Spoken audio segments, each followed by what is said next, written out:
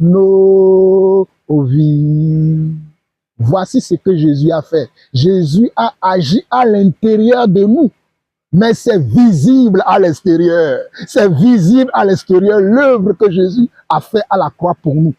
Il a agi à l'intérieur, au plus profond de notre être. Il a agi, il a effacé les ordonnances. Oh, alléluia. Lisons le verset 14 au verset 15 qui dit ceci. Il a effacé l'acte dont les ordonnances nous condamnaient et qui subsistait contre nous. Il l'a éliminé en le clouant à la croix.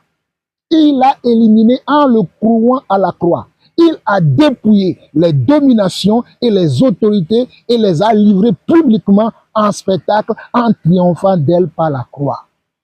Voici ce que Jésus a fait pour nous. Il a effacé l'acte qui me condamnait.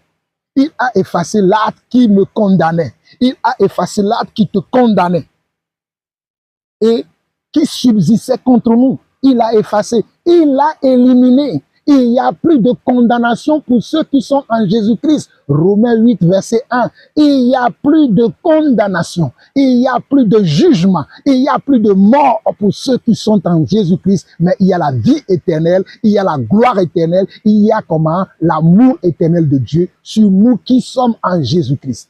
Ah, regardez bien. Colossiens 2, verset 14 dit, il a effacé l'acte dont les ordonnances nous condamnaient. Là sur lequel mon jugement avait été écrit, là sur lequel mes iniquités, mes péchés, mes écarts de comportement avaient été notés, tout a été effacé. Tout a été effacé pour que moi je sois justifié, pour que moi je sois comment devenu fils de Dieu. Voilà pourquoi il est dit dans Jean 1, le verset 10 au verset 12, il est venu chez les siens, ils ne l'ont pas reconnu. Mais à tous ceux qui l'ont reçu, à tous ceux qui l'ont reçu, à tous ceux qui l'ont reconnu en tant que leur sauveur, il leur a donné le pouvoir de devenir enfants de Dieu. Alléluia. Lesquels ne sont plus nés de la chair, ni de la volonté du sang, mais de Dieu. Alléluia. Moi, je suis né de Dieu. Tu es né de Dieu.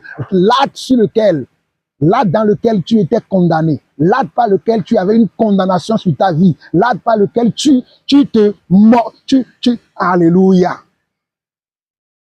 C'est merveilleux de comprendre la parole de Dieu. J'espère que vous comprenez ces paroles. Parce que c'est ça notre identité. C'est ça comment notre positionnement dans le Seigneur. Notre position, c'est dans le Seigneur. Nous ne comptons pas sur les autres. Nous ne comptons pas sur nous-mêmes, mais nous comptons sur ce que Jésus a fait pour nous. Nous